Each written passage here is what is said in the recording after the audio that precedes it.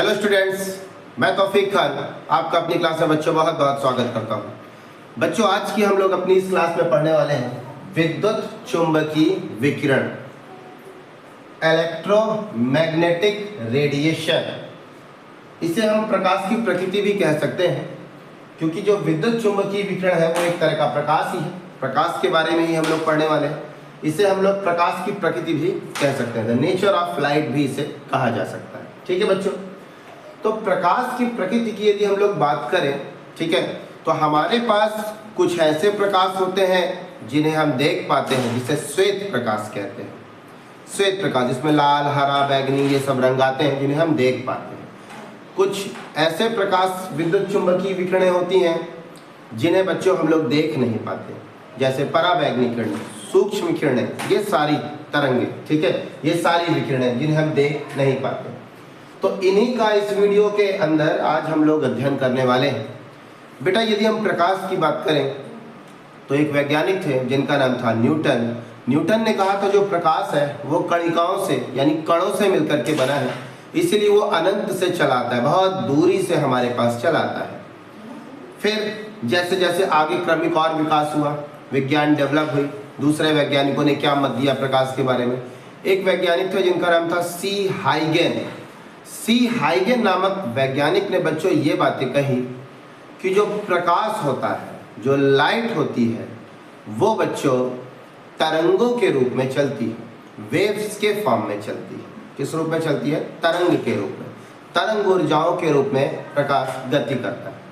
वो तरंग कैसी, मतलब वो जो बोल रहे हैं सी हाइगन तरंग के रूप में चलती है, तो मैं आपको बताना चाहता हूँ तरंग के रूप में वो प्रकाश जब चलता है तो आखिर वो तरंगे किस प्रकार बन रही होंगी।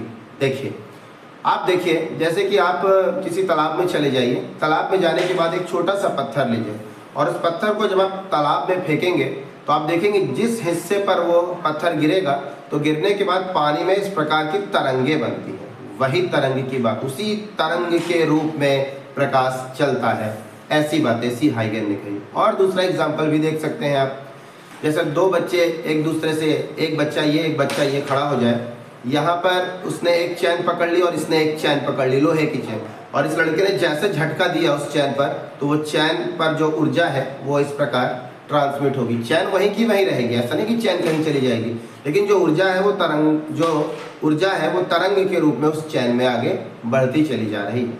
ठीक है ना बच्चों? तो जनरली तौर पर हमको ये बातें पता है कि प्रकाश को चलने के लिए कोई ना कोई माध्यम चाहिए, प्रकाश को चलने के लिए कोई ना कोई एक माध्यम चाहिए, प्रकाश उसी में गति कर सकता है।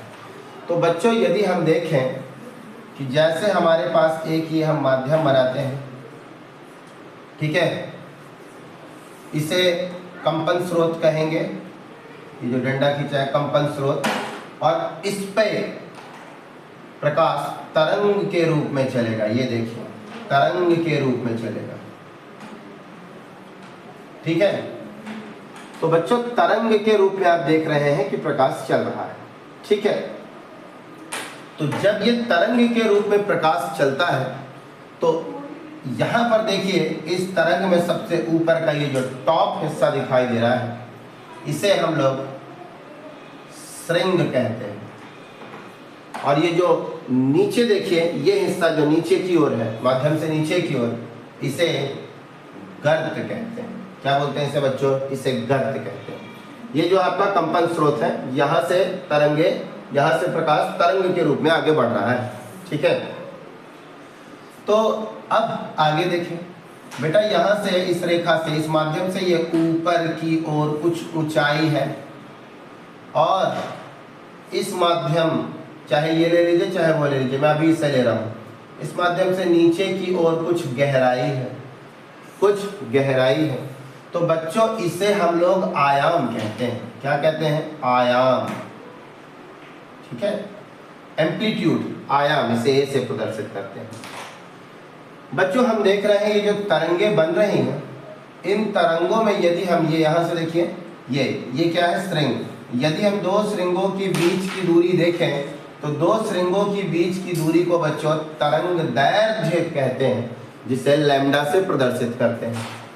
तथा इस तरह भी बोल सकते हैं, ये नीचे वाला गर्त है, दो गर्तों के बीच की दूरी को तरंग दैर्घ्य कहते हैं, ठीक है, जिसे लैम्डा से प्रदर्शित किया जाता है। ठीक है बच्चों, तो यही चीजें अब ये याद रखिए, जितनी भी विद्युत चुंबकीय विकिरणें हैं वो सब प्रकाश की गति से ही गति करती हैं। जिस स्पीड से प्रकाश गति करता है उसी स्पीड में जितनी भी हमारे पास विद्युत चुंबकीय विकिरणें हैं वो उसी स्पीड में गति करती है। मतलब क्या है भैया, जो प्रकाश है ना, प्रकाश वो अकेले विद्युत से मिलकर के नहीं बना, वो अकेले चुंबक से मिलकर नहीं बना। प्रकाश विद्युत की विकिरण, चुंबक की विकिरण, इन दोनों के साथ मिलकर के बना है, इन दोनों के साथ मिलकर के बना है। और जब ये विकिरणें आपस में, विद्युत की विकिरण और चुंबक की विकिरण जब चलती हैं तो एक दूसरे के लंबवत परपेंडिकुलर चलती हैं। जैसे समझाऊं मैं आपको, यदि समझिए चुंबक हमारा कुछ इस प्रकार चल रहा है, चुंबक हमारा कुछ इस प्रकार चल रहा है, ठीक है, तो विद्युत इस प्रकार होगी उसी के ऊपर लंबवत, ठीक है। जैसे अगर मैं समझाने की कोशिश करूं बच्चों, तो ये जो है हमारा, समझ लीजिए अगर ये विद्युत जा रहा है तो इसके ठीक लंबवत हमारा ये क्या चलाएगा, इसी के ठीक लंबवत चुंबकीय विकिरण चलेगी, अर्थात एक दूसरे के परपेंडिकुलर होगा। ये 3D स्ट्रक्चर है, थोड़ा कठिन है, बस आप इस प्रकार समझ लीजिए कि यदि चुंबकीय विकिरण इस प्रकार है तो विद्युत विकिरण ठीक उसी के ऊपर लंबवत इस प्रकार चलेगी। ठीक है बच्चों, तो चलते हैं बच्चों, ये थोड़ा सा कुछ डिटेल था। अब हम लोग इस प्रकाश की प्रकृति के इस नेचर में कुछ बिंदु हैं, उन बिंदु को समझते हैं। जैसे पहला पॉइंट आप समझेंगे तरंग दैर्घ्य। बच्चों तरंग दैर्घ्य जिसे अंग्रेजी में वेवलेंथ भी कहते हैं, ठीक है, क्या होगी इसकी डेफिनेशन बच्चों? किन्हीं तरंगों में, बच्चे तरंग बन रही है, किन्हीं तरंगों में दो श्रृंगों के बीच की दूरी को तरंग दैर्घ्य कहते हैं। चाहे ऐसी परिभाषा बोल दीजिए आप, चाहे बोल दीजिए दो गर्तों के बीच की दूरी को क्या कहते हैं, तरंग दैर्घ्य कहते हैं। तो मैं आपको डेफिनेशन लिखवा रहा हूं, आप डेफिनेशन लिखें, हेडिंग बनाएंगे तरंग दैर्घ्य, उस पर लिखिए किन्हीं तरंगों में दो श्रृंगों के बीच की दूरी या दो गर्तों के बीच की दूरी को तरंग दैर्घ्य कहते हैं, जिसे लैम्डा से प्रदर्शित किया जाता है। तो ये थी तरंग दैर्घ्य की परिभाषा। अब चलते हैं इसकी इकाई की ओर। आखिर इन तरंग दैर्घ्य की जो बीच की दूरियां हैं इन्हें आप कैसे मेजर करेंगे, ठीक है। तो इन्हें मेजर करने के लिए कौन सी इकाई हमारे पास, देखिए एमेंगस्ट्रॉम, ये भी हमारे पास 1 एमेंगस्ट्रॉम, ठीक है। इसके बाद और यूनिट्स है हमारे पास, जैसे 1 माइक्रोन, जैसे 1 नैनोमीटर, 1 पिकोमीटर, ये छोटी छोटी इकाइयां हैं, ठीक है। इन्हीं इकाइयों में तरंग दैर्घ्य की लंबाई, जो दूरी जितनी उनके बीच की ये दूरियां हैं, ठीक है, वो दूरी निकाली जाती है, ठीक है बच्चों। तो जैसे 1 एमेंगस्ट्रॉम बराबर होता है बच्चों 10 की घात -10 मीटर के, 1 माइक्रोन बराबर होता है 10 की घात -6 मीटर के, 1 नैनोमीटर बराबर होता है 10 की घात -9 मीटर के, और 1 पिकोमीटर बराबर होता है 10 की घात -12 मीटर के, ठीक है।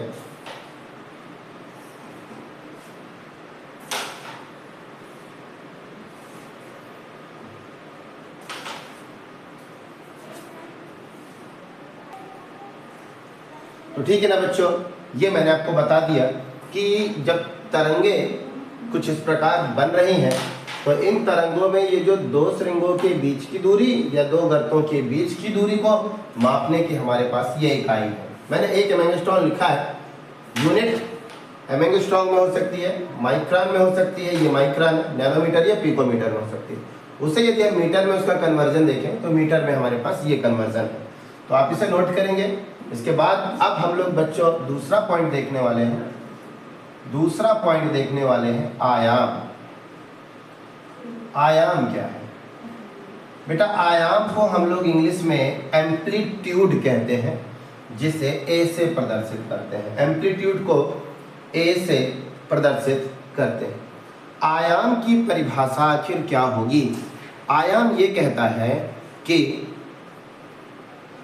तरंग में जो श्रृंग बन रहा है, तरंगों में श्रृंग की ऊंचाई या तरंगों में गर्त की गहराई को आयाम कहते हैं, जिसे ए से प्रदर्शित किया जाता है।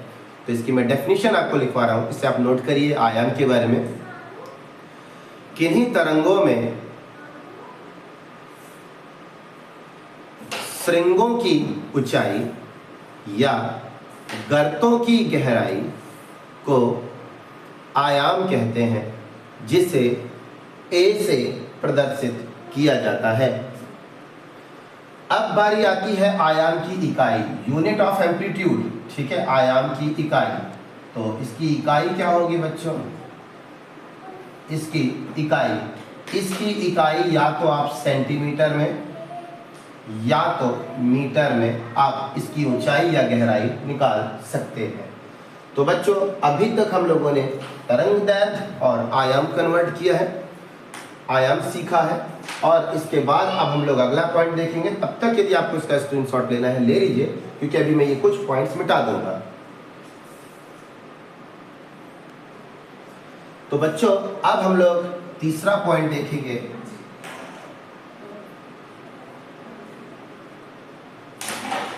आवृत्ति। क्या है? आवृत्ति। बच्चों आवृत्ति जिसे इंग्लिश में फ्रीक्वेंसी कहा जाता है।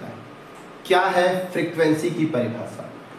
ठीक है, एक सेकंड में कितने? एक सेकंड में मानक लिया गया है समय 1 सेकंड। 1 सेकंड में किसी बिंदु से, 1 सेकंड में किसी बिंदु से कितनी तरंगे बन रही हैं या कितनी तरंगे गुजर रही हैं? 1 सेकंड में किसी बिंदु से गुजरने वाली तरंगों की संख्या आवृत्ति कहलाती है। क्या कहलाती है? आवृत्ति कहलाती है। समझ पाए बच्चों? मतलब मानक समय है 1 सेकंड। 1 सेकंड में कोई एक बिंदु से जितनी तरंगे बन के निकल रही हैं, जितनी तरंगे बनकर गुजर रही हैं, जितनी तरंगे उस बिंदु से गुजर रही हैं, उसे ही आवृत्ति कहेंगे। और चूंकि तरंगों में क्या होता है? तरंगों के अंदर श्रृंग होता है, गर्त होता है। तो आप ऐसे भी बोल सकते हैं 1 सेकंड में किसी बिंदु से गुजरने वाले गर्तों की संख्या या श्रृंगों की संख्या को आवृत्ति कहते हैं। और आवृत्ति को बच्चों न्यू से दर्शाते हैं। आवृत्ति को किससे दर्शाते हैं? न्यू से दर्शाते हैं।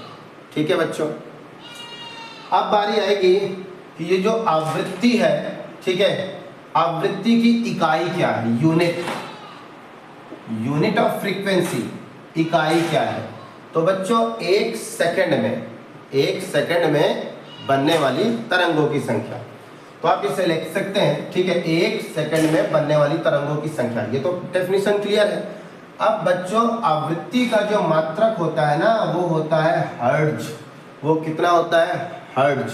ठीक है, अब 1 हर्ट्ज को यदि हम बराबर करें, 1 हर्ट्ज जो है वो बराबर होता है तरंग प्रति तरंग में ऐसे बोल सकते हैं बच्चों, ये जो तरंगे बन रही हैं, एक बार तरंग बनती है तो उसका पूरा साइकिल कब कंप्लीट होता है वो देखिए। जब जैसे ये हमारा श्रृंग है, एक तरंग कब बन के तैयार होगी? जब ये यहाँ से गर्त बनेगा और गर्त बनने के बाद एक बार फिर से श्रृंग बन जाएगी, तो एक तरंग बन गई, अर्थात एक साइकिल होगी। तरंग लिखिए चाहे साइकिल लिखिए, ठीक है, 1 साइकिल पर सेकेंड। ठीक है, तो कहने का मतलब है 1 सेकेंड में यदि 100 श्रृंगें बनती हैं तो वो 100 हर्ट्ज है। अगर 1 सेकेंड में 100 गर्त बनती है वो 100 हर्ट्ज है। अगर मैं यूं कहूं कि 100 तरंगे बन गई 1 सेकंड में तो वो 100 हर्ट्ज होगा। यदि मैं कहूं 200 तरंगे बन गई प्रति सेकंड, 1 सेकंड में, तो वो 200 हर्ट्ज होगा। ठीक है बच्चों, तो ये तो होगी आपकी आवृत्ति। अब हम लोग चलते हैं वेग की ओर। वेग को बच्चों इंग्लिश में वेलोसिटी कहते हैं। वेग को इंग्लिश में वेलोसिटी कहते हैं और वेलोसिटी को v से दर्शाते हैं। लेकिन हम प्रकाश के लिए पढ़ रहे हैं बच्चों, तो प्रकाश का जो वेग होगा, प्रकाश के वेग को हम लोग c से प्रदर्शित करते हैं। प्रकाश के वेग को c से प्रदर्शित करते हैं। तो क्या डेफिनेशन होगी बच्चों? 1 सेकंड में, फिर से मानक समय 1 सेकंड में, 1 सेकंड में तरंगों के द्वारा चली गई दूरी, 1 सेकंड में तरंग के द्वारा चली गई दूरी उस विकिरण का या उस प्रकाश का वेग कहलाता है। 1 सेकंड में किसी वस्तु, 1 सेकंड में किसी तरंग के द्वारा चली गई दूरी, तरंग के द्वारा चली गई दूरी को प्रकाश का वेग कहा जाता है। ठीक है बच्चों, तो बच्चों वेग की इकाई क्या है? तो बच्चों वेग दूरी कितनी स्पीड से चल रही है, दूरी हमको निकालनी है। किसकी? प्रकाश की। तो बच्चों इसे हम एंगस्ट्रॉम, नैनोमीटर इन सब में नहीं लिखेंगे क्योंकि वो बहुत छोटी इकाई होती हैं। ठीक है, हम जानते हैं कि प्रकाश बहुत स्पीड से चलता है, सेकंडों में बहुत दूरियां तय कर लेता है। ठीक है, तो इसके लिए या तो हम लोग इकाई, वेग की जो इकाई है उसे हम लोग इस्तेमाल करेंगे वेग की इकाई के लिए, या तो सेंटीमीटर, या तो मीटर, या तो किलोमीटर। वेग की इकाई इतनी होगी। ठीक है, अब चूंकि आपको पता है भाई कि नैनोमीटर, पिकोमीटर बहुत छोटा है, बहुत छोटी दूरी को मापना था, इसीलिए हम नैनोमीटर, एंगस्ट्रॉम ये सब लेते हैं। अब इतनी बड़ी दूरी को लिए अगर हम नैनोमीटर, पिकोमीटर लिखेंगे ना तो बहुत बड़ा हमें नंबर प्राप्त होगा, इसीलिए हम लोग किलोमीटर या मीटर या सेंटीमीटर पर इसकी इकाई मापते हैं। ठीक है बच्चों, आपको पता है प्रकाश का जो वेग है, प्रकाश का जो वेग यानी प्रकाश की जो चाल है कितनी होती है? प्रकाश की जो चाल है वो कितनी होती है? 3 × 10⁸ मीटर पर सेकंड। ये हो गई प्रकाश की चाल। भैया प्रकाश के लिए एक फार्मूला भी आपको मिलेगा, C = न्यू लैम्डा। ठीक है, C = न्यू लैम्डा, जहां न्यू आवृत्ति को प्रदर्शित करता है, अभी आप लोगों ने पढ़ा, आवृत्ति को प्रदर्शित करता है, और जहां लैम्डा उन तरंगों की तरंग दैर्घ्य को प्रदर्शित कर रहा है। ये है प्रकाश की चाल के लिए फार्मूला। प्रकाश की ऊर्जा के लिए क्या फार्मूला होगा? E = hν। ये प्रकाश की ऊर्जा, E जहां पर प्रकाश की ऊर्जा है और h प्लांक नियतांक है जिसकी वैल्यू है, इसकी वैल्यू है 6.6 × 10⁻³ जूल सेकेंड, और न्यू आवृत्ति है, 1 सेकंड में किसी बिंदु से गुजरने वाली तरंगों की संख्या। ठीक है, तो ये हो गया हमारा वेग और आवृत्ति। इससे आप तुरंत फटाफट इसका स्क्रीनशॉट लें। इसके बाद अब हम लोग आगे बढ़ेंगे। तो बच्चों अब हम लोग आगे की जो हेडिंग है वो पढ़ने वाले हैं तरंग संख्या। तरंग संख्या का मतलब वेव नंबर। मैं ऐसे पहले समझाता हूँ। बेटा हम लोग कोई एक निश्चित दूरी ले लेते हैं। चलिए हमने कोई एक निश्चित दूरी ली, सपोज ये दूरी या तो मीटर में होगी या तो सेंटीमीटर में। अब इस दूरी में कितनी तरंगे बनती हैं?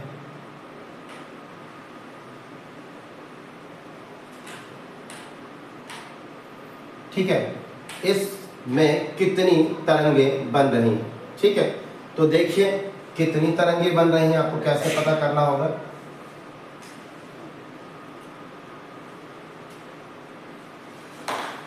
ठीक है, कितनी तरंगे बन रही हैं आप पता करें। बेटा एक निश्चित दूरी में, ये है हमारी एक निश्चित दूरी, हाँ ये एक निश्चित दूरी, ये यहाँ से देखिएगा ये वाली लाइन और ये वाली लाइन, एक निश्चित दूरी में बनने वाली तरंगों की संख्या, एक निश्चित दूरी में बनने वाली तरंगों की संख्या।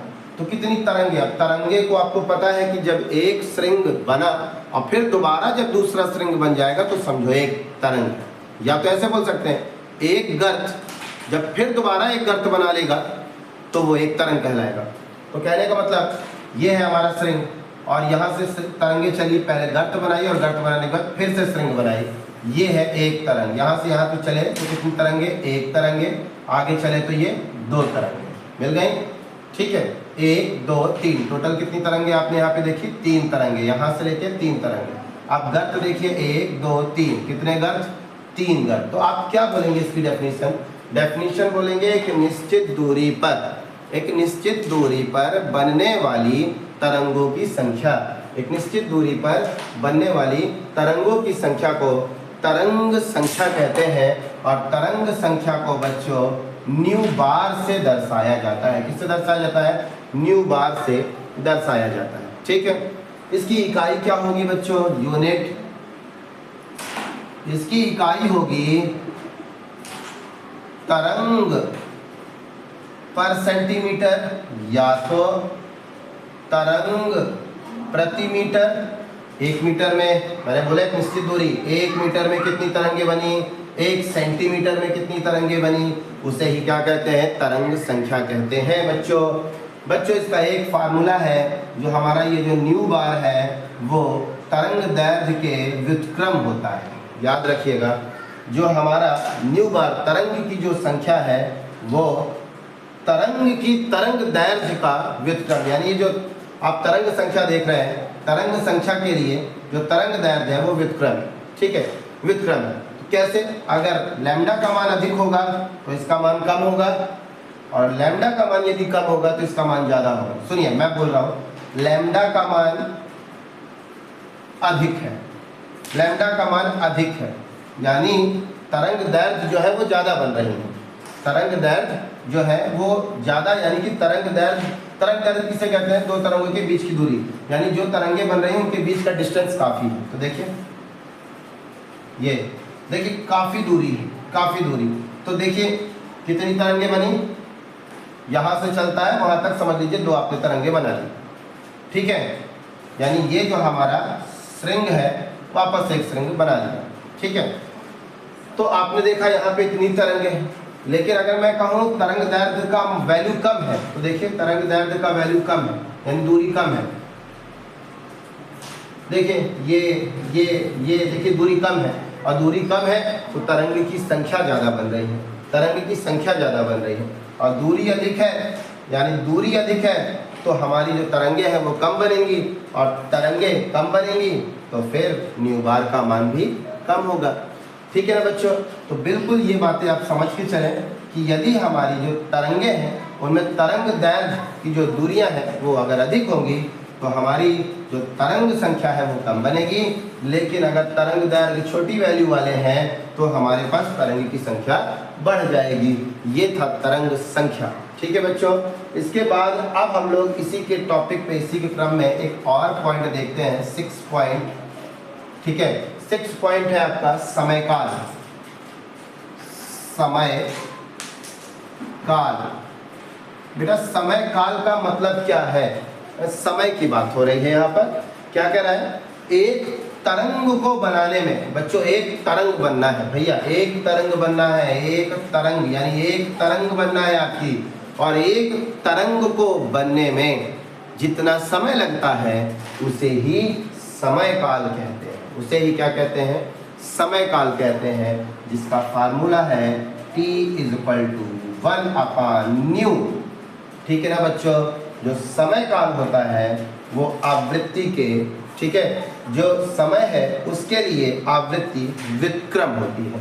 जैसे यहाँ पर तरंग संख्या के लिए तरंग दैर्घ्य व्युत्क्रम था, वैसे ही समय के लिए T के लिए हमारी आवृत्ति व्युत्क्रम होगी। कहने का मतलब यदि हमारे पास आवृत्ति ज़्यादा होगी समय कम लगेगा, ठीक है, आवृत्ति कम होगी समय ज़्यादा लगेगा। ठीक है, तो जो T है T बराबर 1/ν के बराबर होगा। ठीक है ना बच्चों, और न्यू का मतलब आप जानते हैं आवृत्ति 1 सेकंड में बनने वाली तरंगों की संख्या। तो 1 सेकंड में कितनी तरंगे बन रही हैं, 1 सेकंड में कितनी तरंगे बन रही हैं। तो बच्चों ठीक विपरीत है, ये जान लीजिए कि यदि हमारे पास इसकी वैल्यू अधिक है तो इसकी वैल्यू कम है, इसकी वैल्यू कम है, और इसकी वैल्यू अधिक है तो उसकी वैल्यू कम होगी। ठीक है ना बच्चों। तो ये विद्युत चुंबकीय विकिरण था। इसको आप फटाफट इसका स्क्रीनशॉट लें, फिर आगे बढ़ते हैं। के क्रम में आपको विद्युत चुंबकीय स्पेक्ट्रम पढ़ाने वाला हूं। विद्युत चुंबकीय स्पेक्ट्रम आखिर है क्या? बच्चों, जब विकिरणों को यानी प्रकाश को, विकिरणों को हम उनके तरंगदैर्घ्य या उनकी आवृत्ति के घटते या बढ़ते क्रम में व्यवस्थित करें तो उसे ही हम विद्युत चुंबकीय स्पेक्ट्रम कहते हैं। ठीक है बच्चों। बच्चों, हमारे पास जो विकिरणें हैं वो किस प्रकार लिखी जाएंगी, कितनी प्रकार की विकिरणें हैं और किस प्रकार लिखी जाएंगी बढ़ते क्रम में। पहले कम तरंगदैर्घ्य वाली, फिर उससे बाद वाली विकिरण की तरंगदैर्घ्य अधिक होगी, उसके बाद वाली विकिरण की तरंगदैर्घ्य और अधिक होगी। यानी तरंगदैर्घ्य जो है बढ़ते क्रम में हम व्यवस्थित करने वाले हैं विकिरणों को, किसके अनुसार? तरंगदैर्घ्य के बढ़ते क्रम में। ठीक है। तो सबसे पहले वो विकिरण लिखी जाएगी जिसकी तरंगदैर्घ्य सबसे कम है, कॉस्मिक किरण। कॉस्मिक किरण। बच्चों, कॉस्मिक किरण की जो ये रेडिएशन है, ठीक है, इसकी तरंगदैर्घ्य सबसे छोटी है, इससे अधिक बड़ी है गामा किरण की,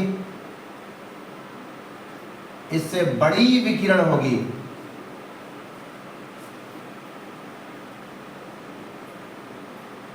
गामा के बाद आएगा एक्स किरण। एक्स किरण से बड़ी विकिरण होगी पराबैंगनी विकिरण या पराबैंगनी किरण। पराबैंगनी से बड़े तरंगदैर्घ्य वाली होगी दृश्य प्रकाश। दृश्य प्रकाश से बड़ा तरंगदैर्घ्य होगा अवरक्त किरण का। इसके बाद अगली जो तरंग है वो है सूक्ष्म तरंग, और सूक्ष्म तरंग से बड़ा तरंगदैर्घ्य होगा रेडियो तरंग का। ठीक है बच्चों, हम लोगों ने जो ये विकिरणें लिखी हैं, इनमें जब हम बाएं से दाएं की ओर चल रहे हैं तब तरंगदैर्घ्य बढ़ रहा है। यानी जो लैम्डा है हमारा, लैम्डा, वो छोटे से धीरे धीरे बड़ा हो रहा है। इसका मतलब दूरियां बढ़ रही हैं, श्रृंगों की दूरियां बढ़ रही हैं। ठीक है। परंतु जब हम दाएं से बाएं की ओर आएंगे, दाएं से बाएं की ओर आएंगे, ठीक है, तो दाएं से बाएं आना है आपको। ठीक है। तो दाएं से बाएं आएंगे तो जो आवृत्ति है, आवृत्ति यानी न्यू, ठीक है, जब हम दाएं से बाएं आएंगे तो पहले जो आवृत्ति है वो कम होगी, इसकी आवृत्ति कम होगी, लेकिन जैसे जैसे इधर पीछे की ओर आएंगे, दाएं से बाएं की ओर आएंगे, वैसे वैसे आवृत्ति जो है वो बढ़ने लगेगी। मैं समझाता हूँ आपको। रेडियो तरंग, जैसे ये है हमारा कंपन स्रोत, इस कंपन स्रोत से देखिए ये रेडियो तरंगे निकली। बेटा रेडियो तरंगे जो निकलती है ना, वो बहुत किलोमीटर तक की दूरियां तय करती हैं। तरंग, एक तरंग किलोमीटर भर की होती है। क्यों? क्योंकि आपको पता है कि मान लीजिए 50-60 किलोमीटर दूर टावर लगे होते हैं एफएम के, उतनी दूर से सिग्नल आपके पास आने होते हैं, तो वो थोड़ी थोड़ी दूरी नहीं तय करते, आप ही किलोमीटर्स पर दूरी तय करते हैं। ठीक है। तो फिलहाल अगर हम रेडियो तरंगों के लिए यदि देखें तो हम देखें न्यू आवृत्ति हमको देखना है, 1 सेकंड में कितनी तरंगे बनी, 1 सेकंड में भैया इतनी तरंगे बनी। लेकिन कॉस्मिक के लिए देखें, कॉस्मिक के लिए देखें तो बच्चों कॉस्मिक के लिए यदि हम देखेंगे तो क्या देखेंगे, हमने कहा दाएं से जैसे आप बाएं आएंगे वैसे वैसे आवृत्ति है, यहाँ लास्ट वाले में आवृत्ति जो है वो कम है। देखिए आवृत्ति कम है, कम तरंगे बन रही है, लेकिन जैसे इधर आएंगे तरंगे अधिक बनेंगी। तो यहाँ पे देखिए खूब तरंगे बन गई, खूब तरंगे बन गई, ये खूब सारी तरंगे बन रही हैं। तो अगर इधर खूब सारी तरंगे बन रही हैं, इधर आने पर खूब तरंगे बन रही हैं, तो हम कहेंगे आवृत्ति बढ़ रही है। ठीक है, आवृत्ति क्या हो रही है? बढ़ रही है। तो ध्यान रखें, बाएं से दाएं चल रहे हैं तो तरंग दैर्घ्य बढ़ रहा है, दाएं से बाएं चल रहे हैं तो क्या बढ़ रही है? आवृत्ति बढ़ रही है, आवृत्ति बढ़ रही है। अब ऊर्जा के बारे में देखें, ऊर्जा, एनर्जी, एनर्जी का क्रम क्या होगा आपको पता है? एनर्जी को निकालने के लिए फार्मूला है E = h न्यू। एनर्जी अगर इसकी निकालें तो यहाँ पर कम तरंगे बनी हैं तो आवृत्ति यहाँ पर कम होगी, आवृत्ति कम लिखी जाएगी, h के साथ प्लांक कांस्टेंट से मल्टीप्लाई होगा 6.6 × 10⁻34 से, तो एनर्जी कम आएगी। लेकिन अगर इसकी कॉस्मिक रेस की बात करें, आवृत्ति, बहुत सारी तरंगे बन रही हैं, आवृत्ति यदि ज़्यादा है, आवृत्ति यदि ज़्यादा है तो भैया एनर्जी भी ज़्यादा होगी। तो कॉस्मिक किरणों की जो ऊर्जा है वो निर्भर करती है बनने वाली तरंग की संख्या पर। जितनी ज़्यादा तरंगों की संख्या होगी उतनी ज़्यादा उसकी एनर्जी होगी। इसकी ऊर्जा सबसे ज़्यादा, इसकी ऊर्जा सबसे कम, इसकी ऊर्जा सबसे ज़्यादा, उससे कम इसकी, उससे कम इसकी, उससे कम इसकी, ऐसे आप नीचे क्रम बढ़ाते चले जाओगे। समझ में आई बातें? तो हम क्या देख रहे हैं, बाएं से, अब मैं डायरेक्ट अगर ऐसे बताऊं सीधे, बाएं से दाएं चलने पर तरंग दैर्घ्य बढ़ता है, बाएं से दाएं चलने पर आवृत्ति घटती है। बाएं से दाएं, इसकी आवृत्ति ज़्यादा है, इसकी आवृत्ति और कम हो जाएगी, इसकी और कम हो जाएगी। बाएं से दाएं चलने पर आवृत्ति घटती है। अगर आप इसको आप ना लिखें, बिल्कुल इस प्रकार लिखना चाहें तो देखिए क्या लिखेंगे, ऊपर आप नीचे यहाँ पर लिखेंगे तरंग दैर्घ्य, तो क्या लिखेंगे, बाएं से दाएं चलने पर तरंग दैर्घ्य बढ़ता है, बिल्कुल बढ़ता है। ये देखिए दूरी अब बड़ी हो रही है, तरंग दैर्घ्य बढ़ता है। फिर आवृत्ति, देखिए इसकी आवृत्ति ज़्यादा है और इसकी आवृत्ति कम है, तो बाएं से दाएं चलने पर आवृत्ति घटती है। फिर क्या लिखेंगे, ऊर्जा, ऊर्जा, इसकी ऊर्जा सबसे अधिक है, ये देखिए इसकी ऊर्जा कम है, तो बाएं से दाएं चलने पर ऊर्जा घटती है। ठीक है ना बच्चों? तो ये इसका एक क्रम है। इसी के आगे अब थोड़ा सा इसका और डिटेल देखिए। आपको पता होना चाहिए, हम लोग सिर्फ और सिर्फ दृश्य प्रकाश ही देख पाते हैं, और जो दृश्य प्रकाश है जिसे हम देख पा रहे हैं उसकी जो तरंग दैर्घ्य है वो 400 नैनोमीटर से लेकर 750 नैनोमीटर का होता है। इसीलिए हमारी आंख सेट है 400 नैनोमीटर से लेकर 750 नैनोमीटर तक के तरंग दैर्घ्य वाले प्रकाश को देखने के लिए, इसीलिए हम लोग दृश्य प्रकाश देख पाते हैं। दृश्य प्रकाश में कौन कौन से घटक शामिल हैं? दृश्य प्रकाश जिसे श्वेत प्रकाश भी कहते हैं। बच्चों, यदि हम श्वेत प्रकाश को किसी प्रिज्म से गुजारें, किसी प्रिज्म से, ये श्वेत प्रकाश अंदर है, गुजारें तो वो अपने अवयवी घटकों में टूट जाएगा,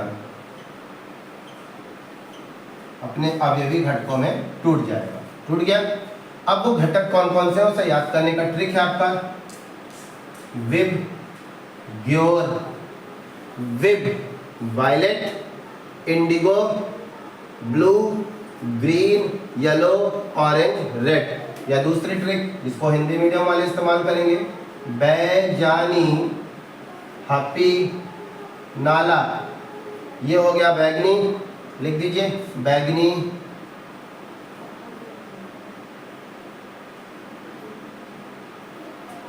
बैगनी, ये हो गया आपका जामुनी, ये हो गया आपका नीला, ये हो गया आपका हरा, ये हो गया आपका पीला, ये हो गया आपका नारंगी, और ये हुआ आपका लाल। इस प्रकार बच्चों बैगनी का जो तरंग दैर्घ्य है वो कितना है, 400 नैनोमीटर का है, और लाल का 750 नैनोमीटर का है। आपको पता है कि जब हम लोग सफ़र कर रहे होते हैं तो सिग्नल्स के रूप में हमें लाल रंग का प्रयोग हम देख पाते हैं। ऐसा इसलिए क्योंकि जो लाल रंग है उसका प्रकीर्णन कम होता है, वो कम फैलता है, वो कम फैलता है। कारण कि सर जी वो कम क्यों फैलता है, क्योंकि इसकी तरंग दैर्घ्य बड़ी होती है, और अगर तरंग दैर्घ्य बड़ी होगी तो तरंग संख्या कम होगी, तरंगें कम बनेंगी। तरंग संख्या यदि कम होगी तो उसकी ऊर्जा भी तो कम होगी। और भैया यदि इसकी ऊर्जा कम है तो इसका प्रकीर्णन भी तो कम होगा, इसीलिए लाल रंग का हम प्रयोग करते हैं बच्चों। ठीक है, अब थोड़ी सी बात करते हैं विकिरणों के बारे में। कास्मिक किरण आखिर किन किरणों को कहते हैं बच्चों? कास्मिक किरणें जो होती हैं वो बहुत हानिकारक विकिरणें होती हैं जो ब्रह्मांड में होती हैं। यदि वो हमारे स्किन के संपर्क में आ जाए तो हमारी स्किन को बच्चों वो जला देती है। ठीक है, और इसकी यदि हम बात करें तरंग दैर्घ्य तो 0.01 नैनोमीटर के तरंग दैर्घ्य वाली कास्मिक किरणें होती है। ठीक है, अब बारी आती है गामा किरण कैसे निकलती है। बच्चों जब हम रेडियो एक्टिव पदार्थ को गर्म करते हैं या रेडियो एक्टिव पदार्थ को बिना गर्म किए ही उससे जो भी विकिरणें उत्सर्जित होती हैं उसे गामा विकिरणें कहते हैं। और इन विकिरणों का उपयोग कैंसर रोगियों की कोशिकाओं को नष्ट करने के लिए या कैंसर कोशिकाओं को नष्ट करने के लिए किया जाता है। ठीक है, और इसका जो तरंग दैर्घ्य है वो 1 × 10⁻⁹ नैनोमीटर से लेकर 1 × 10⁻⁷ नैनोमीटर का होता है, 6 मीटर। ठीक है, 6 नैनोमीटर का होता है ये गामा रेस के लिए। ठीक है बच्चों, अब एक्स किरण के लिए आप चलते हैं। मतलब कास्मिक किरण की यदि हम वैल्यू देखें ना तो कास्मिक विकिरण जो है वो 0 नैनोमीटर से चलता है, यानी बहुत कम इसकी तरंग दैर्घ्य 0 नैनोमीटर से 0.01 नैनोमीटर तक। ठीक है, अब चलते हैं एक्स किरणों के बारे में। एक्स किरण क्या है? जब कैथोड किरणों को किसी उच्च गलनांक की धातु पर गिराते हैं तब हमको एक्स किरणें प्राप्त होती हैं। और एक्स किरणों की सहायता से बच्चों टूट फूट हड्डियों की जांच की जाती है। ठीक है, और एक्स किरणों का जो तरंग दैर्घ्य है वो 0.01 नैनोमीटर से लेकर 10 नैनोमीटर तक का होता है। कितने नैनोमीटर तक का? 0.01 नैनोमीटर से लेकर 10 नैनोमीटर तक का होता है। इसके बाद पराबैंगनी विकिरणें। पराबैंगनी विकिरणें सूर्य से निकलने वाली जो विकिरणें हैं वो पराबैंगनी विकिरणें हैं बच्चों। और पराबैंगनी जो विकिरणें हैं ये विकिरणें सूर्य से आती हैं और हमारे समुद्र तल से ऊंचाई पर 25 किलोमीटर की ऊंचाई पर समताप मंडल पाया जाता है। उस मंडल में ओजोन की परत पाई जाती है और वो ओजोन की परत उस पराबैंगनी विकिरणों को अवशोषित कर लेती है। अगर यदि पराबैंगनी विकिरणें बिल्कुल सीधे, अगर ओजोन की लेयर ना हो तो बिल्कुल सीधे यदि मनुष्य के संपर्क में आ जाए तो मनुष्य को स्किन कैंसर जैसी बीमारियां हो जाएंगी बच्चों। तो ओजोन का अपना एक बहुत बड़ा रोल है। अब ओजोन परतों में बच्चों विघटन भी हो रहा है, छिद्र भी हो रहा है। सन 1985 में पहला विघटन या पहला छिद्र जो फुटबॉल की आकृति के जितना था वो अंटार्कटिका में देखा गया था।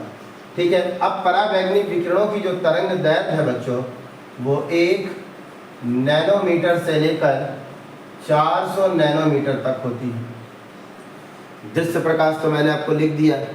अब बारी आती है अवरक्त किरणों की। ठीक है, जब बच्चों हम किसी पदार्थ को उच्च ताप तक गर्म करते हैं तो उन पदार्थों से जो विकिरणें निकलती हैं उन विकिरणों को अवरक्त किरणें कहते हैं। और अवरक्त किरणों का उपयोग भी कैंसर के जो रोगी हैं उनकी कोशिकाओं को नष्ट करने के लिए किया जाता है। और जो अवरक्त विकिरणें हैं बच्चों, अवरक्त विकिरणें हमको जनरली तौर पर जो घरों में आप रिमोट देख रहे हैं उन रिमोट में जो आगे एक बल्ब जैसा लगता है, जब आप उसके बटन्स को दबाते हैं उसमें जो रेज निकलती है वो अवरक्त विकिरणें हैं बच्चों। ठीक है, तो ध्यान रखिए दृश्य प्रकाश के नीचे के जितने प्रकाश हैं ये सारे ये सब हमको बहुत अधिक प्रभावित करते हैं बच्चों।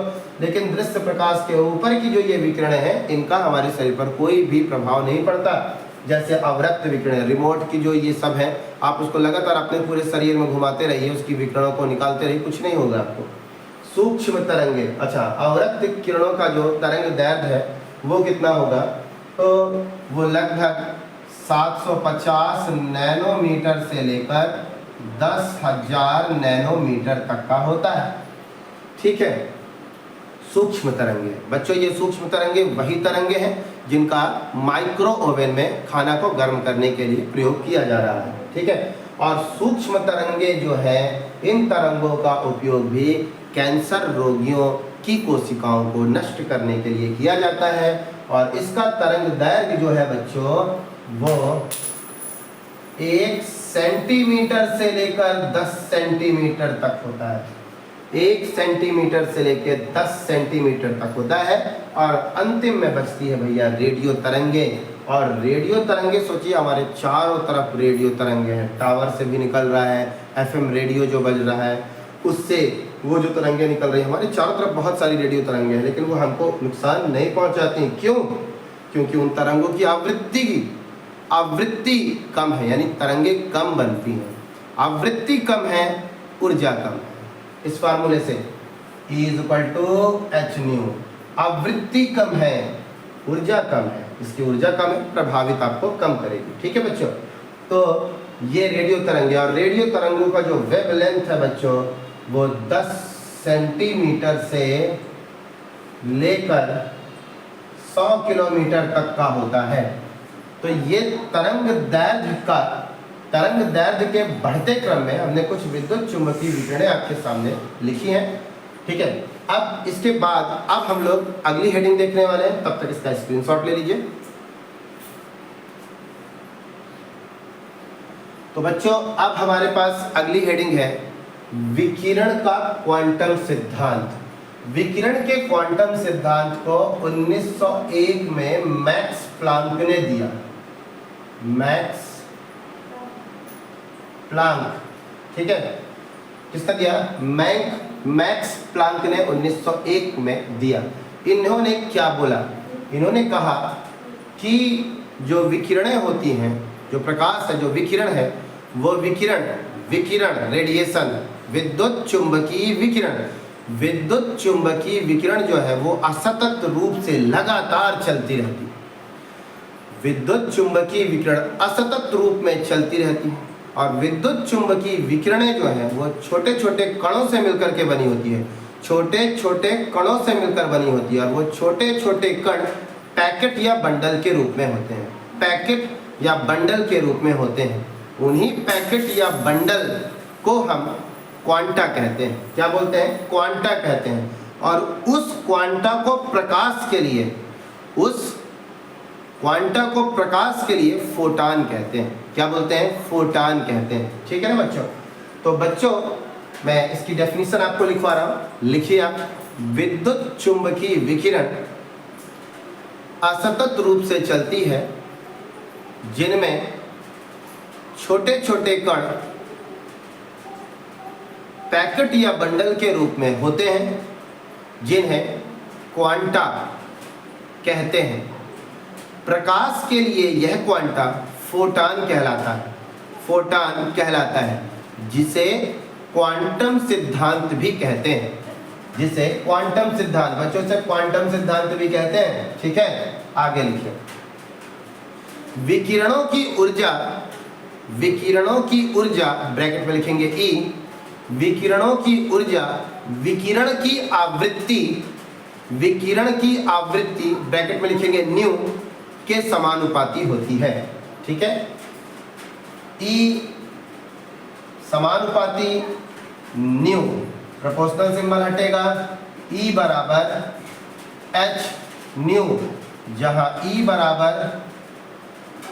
प्रकाश या विकिरण की ऊर्जा, विकिरण भी लिख सकते हैं, हाँ। फिर h प्लांक नियतांक वैल्यू है 6.6 × 10⁻³ जूल सेकेंड। और न्यू है आवृत्ति, ठीक है बच्चों। तो बच्चों ये था विकिरण का क्वांटम सिद्धांत। उम्मीद है ये क्लास आपको समझ में आई होगी। धन्यवाद।